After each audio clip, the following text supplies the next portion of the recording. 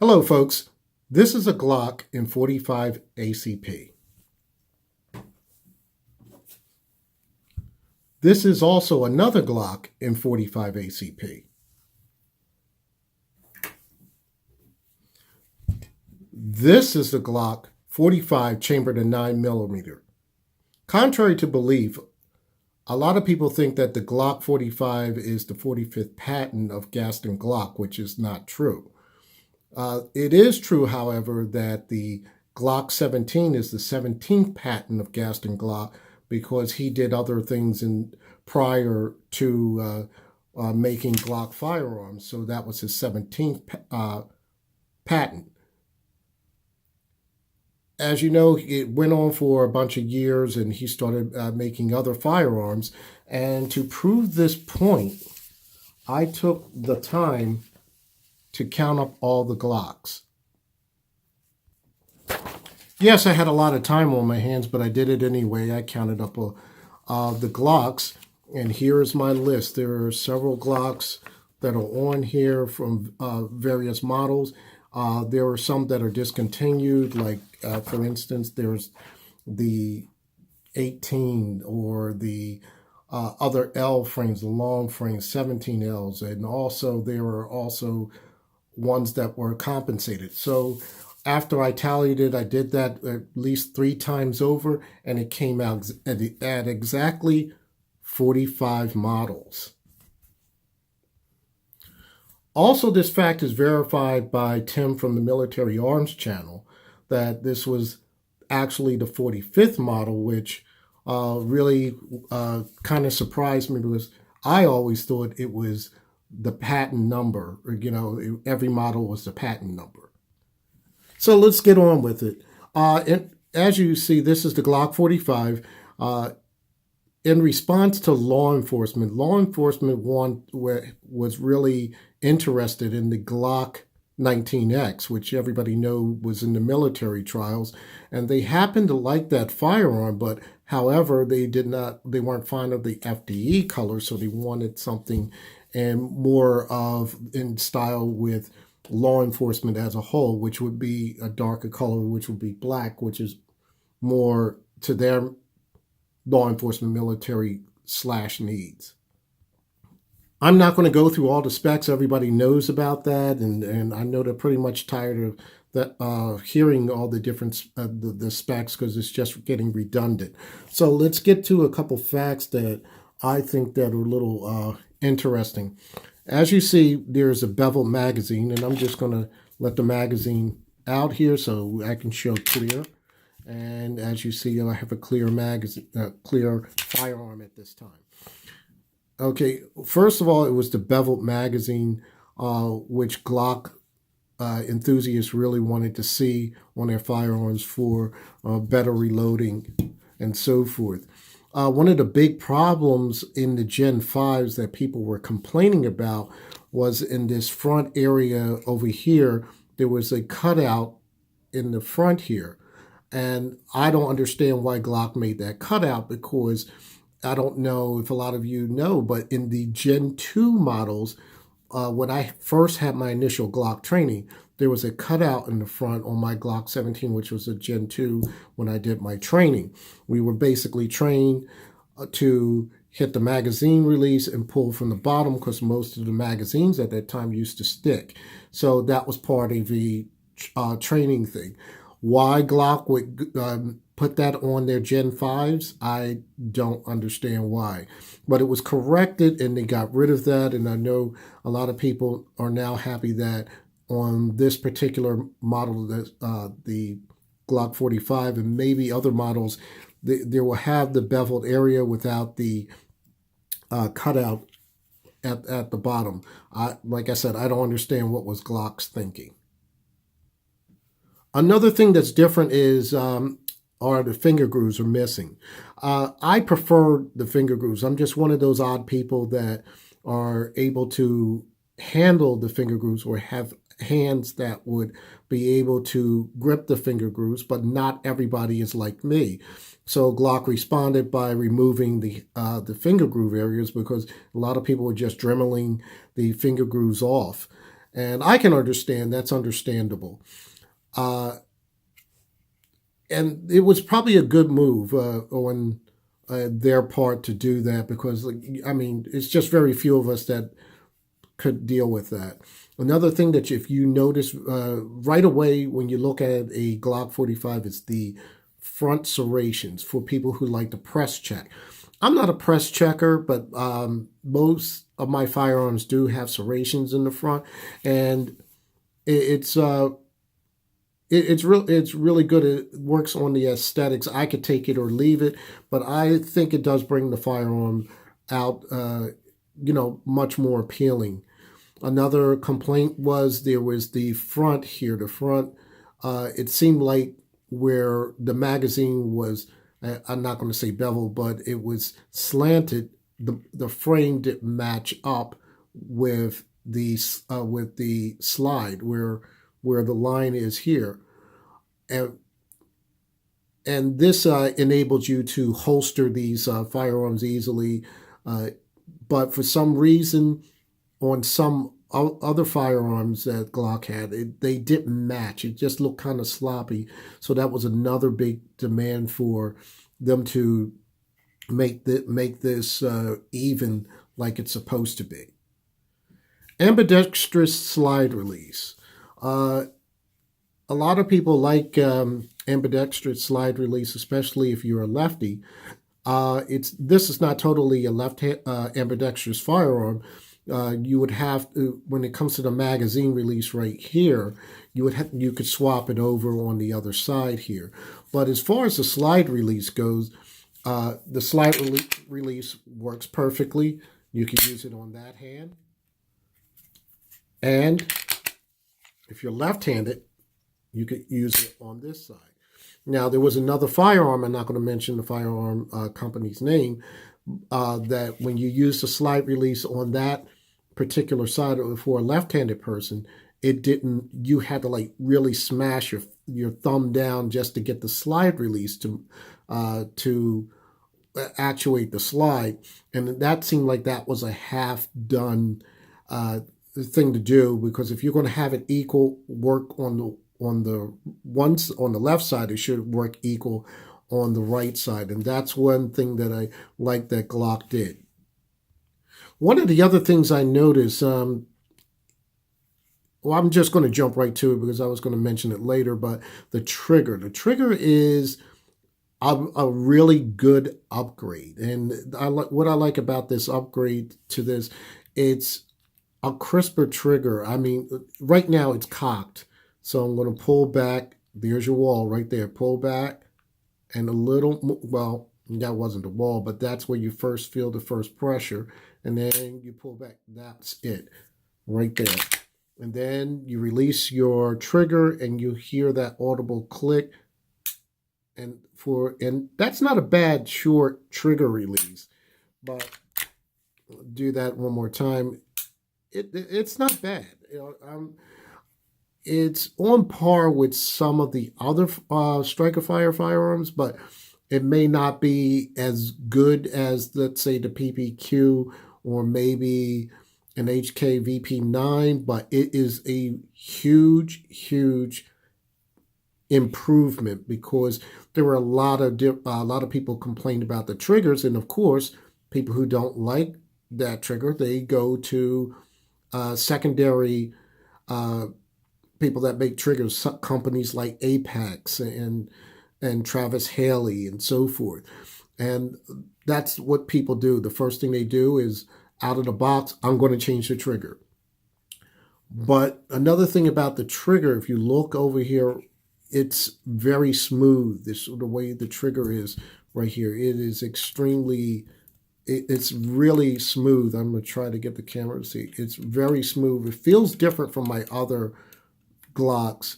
And if you look at the safety dingus on here, right, I'm just going to cock it so you can see it a little better. With the safety dingus right here, I'm going to try to get this pen in the right angle. Usually, a lot on some of my other, like my Glock 34, the safety dingus didn't depress low enough so you would get that annoying Glock pinch right at the pad of your finger.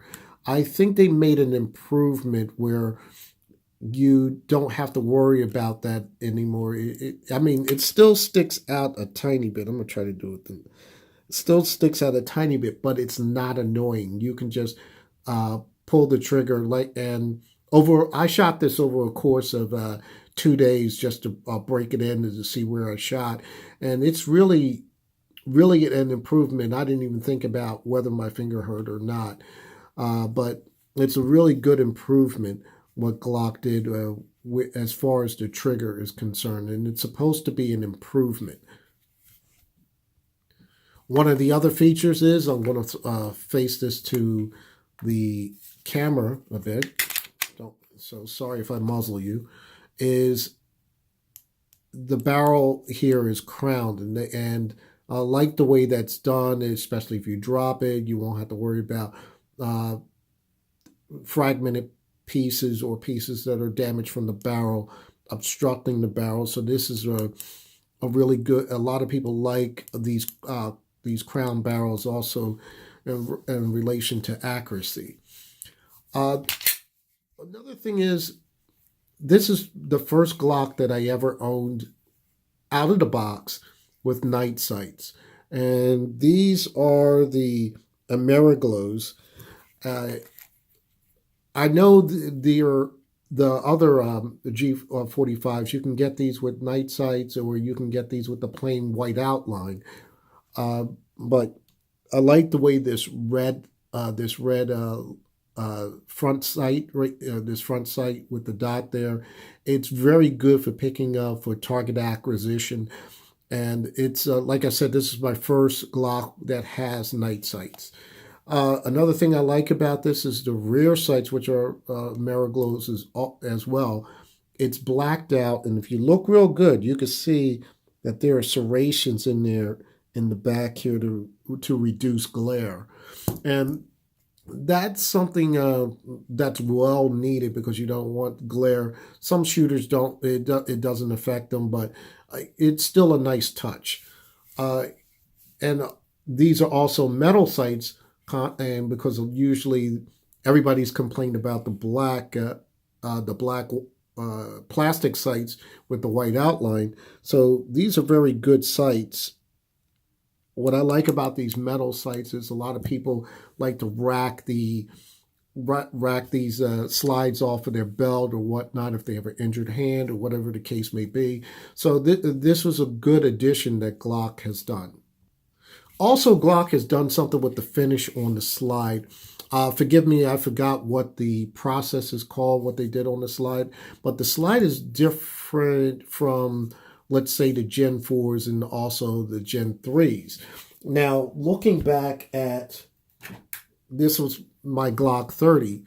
If you look at the way the finish is, you can see there's a bit of wear right here. This is a tenor for finish on this, and you can see the wear. It's still hard and it's still a tough finish, but just to let you see the difference between that finish and the finish that's here. This finish looks a little bit more glossy like, and it's a bit glossy, but it's a nice finish, a very nice and good looking finish. Now for a look at the internals a little bit. I'm just going to break this down, if I can do that on camera. And forgive me, this is dirty.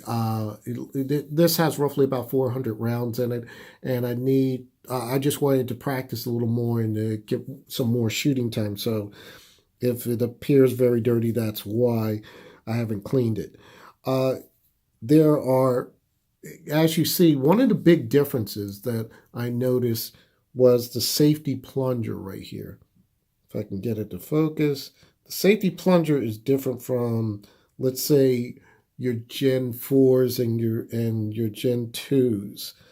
And instead of your standard circle type plunger, it's kind of like a circle and then a flat edge, and it comes up into a point like a magic marker. And here's the difference if you look at your regular safety plunger right here. That's That's totally different from the other Glock pistols that are out there. So this is something new. They started this on the Gen 5s.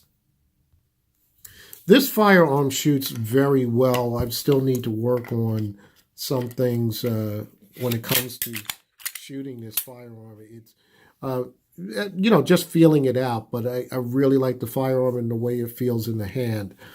As you know, it does come with 3 additional back straps. I tend to like the back strap that has the beaver tail.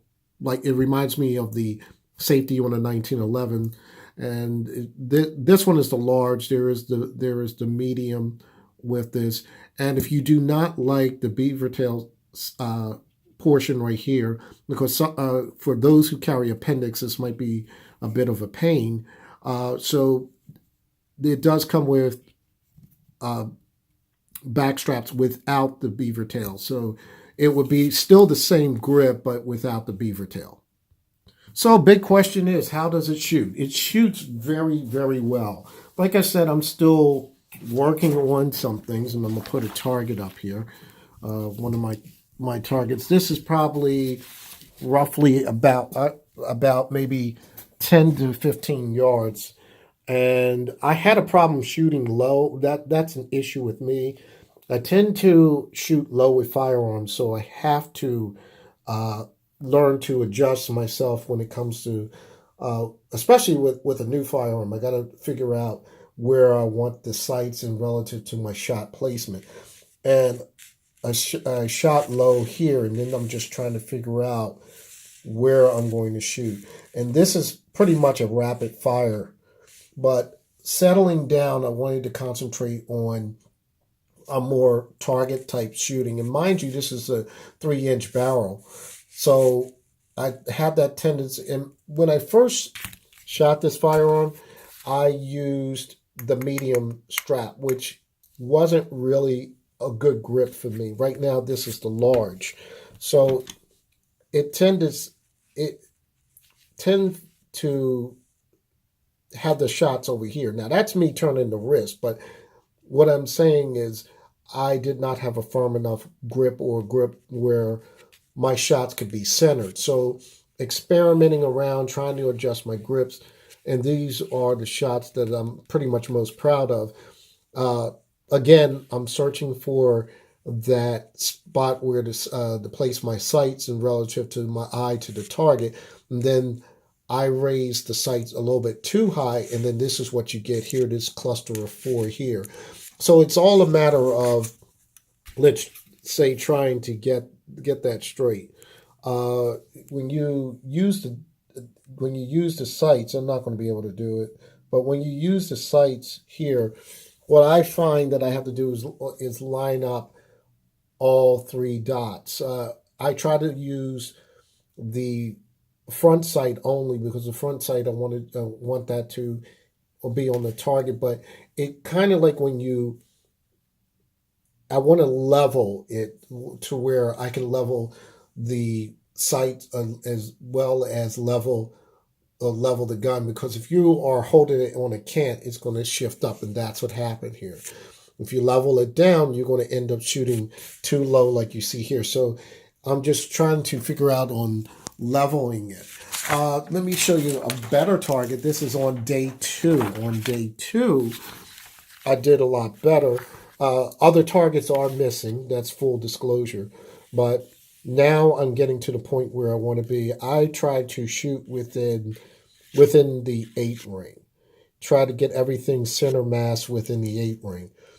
And again, I think this again was just before I changed the grip on this. I think I changed the grip in mid shooting. And once I changed the grip, this is what I want. I want want my targets to be in a tight group within this area. Now, that was a flyer. That was a flyer.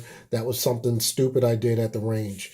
But this was aiming at having the target too low. So when I shoot, I have to constantly think about bringing the firearm up to eye level. That's a problem I've been having for years. I have to bring the sights up to eye level.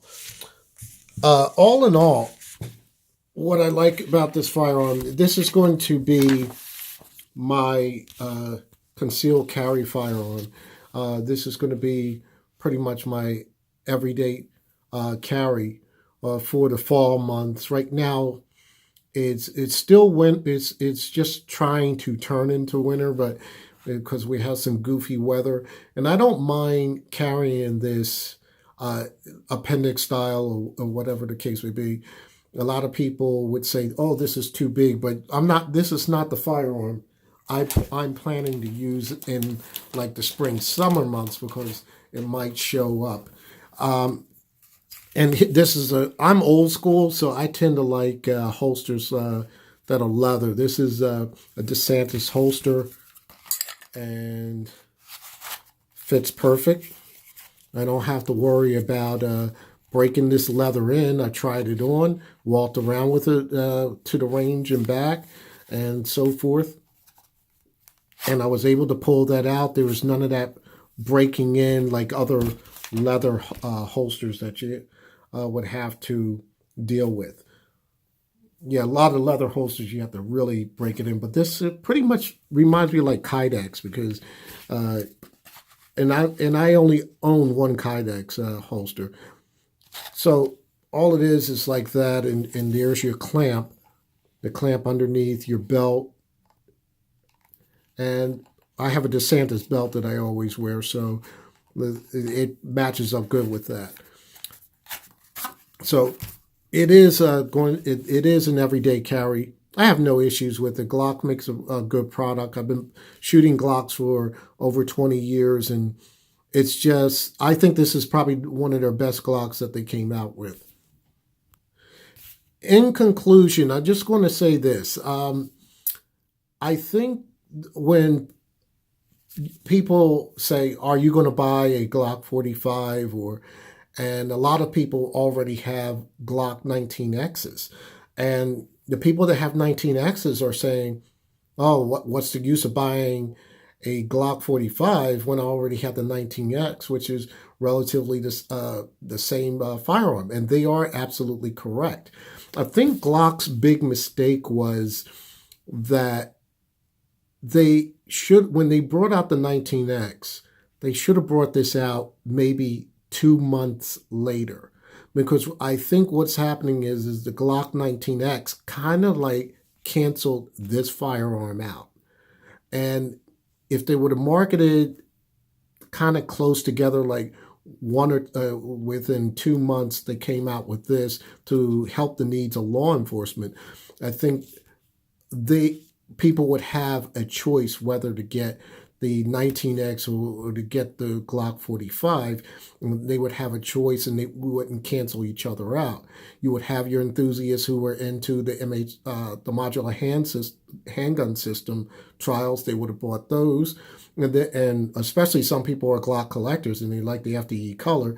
And then you have those that want something that's a little more, I would say, practical or within the needs of law enforcement, and would have the serrations that they've been crying for and all the other parts that the Glock 45 offers.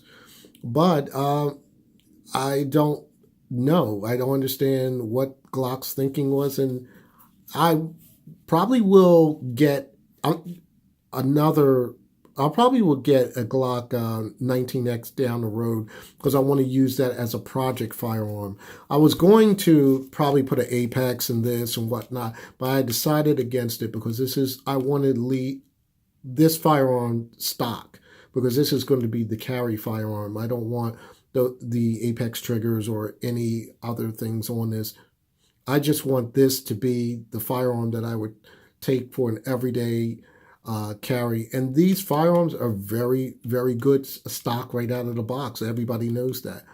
But maybe later on there will be a future project with the 19X. But in the meantime, if you don't have a 19X, this would be a perfect buy for you. Or if you're into security, a perfect buy. And all around good defensive handgun. That's all I have for now. So happy shooting, folks. Hashtag 2A. Take care.